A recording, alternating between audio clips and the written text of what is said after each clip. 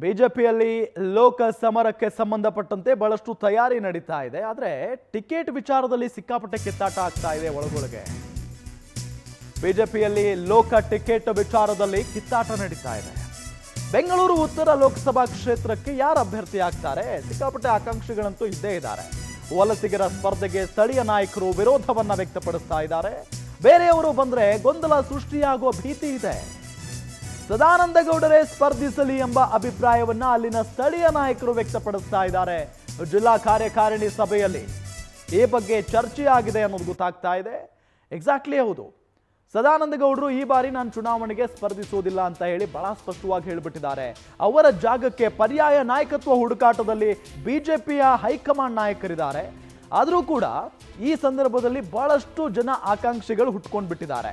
ವಲಸಿಗರಿದ್ದಾರೆ, ಜೊತೆಗೆ ಬಿಜೆಪಿಯ ಮೂಲ ಬಿಜೆಪಿಗರು ಕೂಡ ಇದ್ದಾರೆ. ಹಾಗಾಗಿ ಯಾರಿಗೆ ಟಿಕೆಟ್ ಕೊಡ್ತಾರೆ ಅನ್ನೋ ಒಂದು ಕುತೂಹಲ ಇದೆ. ಆ ಒಂದು ಬೆಂಗಳೂರು ಉತ್ತರ ಲೋಕಸಭಾ ಕ್ಷೇತ್ರ ಇದೆಯಲ್ಲ, ಬಿಜೆಪಿಯ ಬಿಗಿ ಹಿಡಿತದಲ್ಲಿದೆ. ಅದನ್ನ ತಪ್ಪಿಸಿಕೊಂಡ್ರೆ ಬಿಜೆಪಿಯ ಹುಚ್ಚುತನ ಆಗುತ್ತೆ. ಹಾಗಾಗಿ ವಲಸಿಗರ ಒಂದು ಟಿಕೆಟ್ ಏನಾದರೂ ಕೊಟ್ಬಿಟ್ರೆ ನಾವು ಅದಕ್ಕೆ ಸಹಕಾರ ಕೊಡೋದಿಲ್ಲ ಅಂತ ಹೇಳಿ ಅಲ್ಲಿನ ಮೂಲ ಬಿಜೆಪಿಗರು ಹೇಳ್ತಾ ಇರೋದು.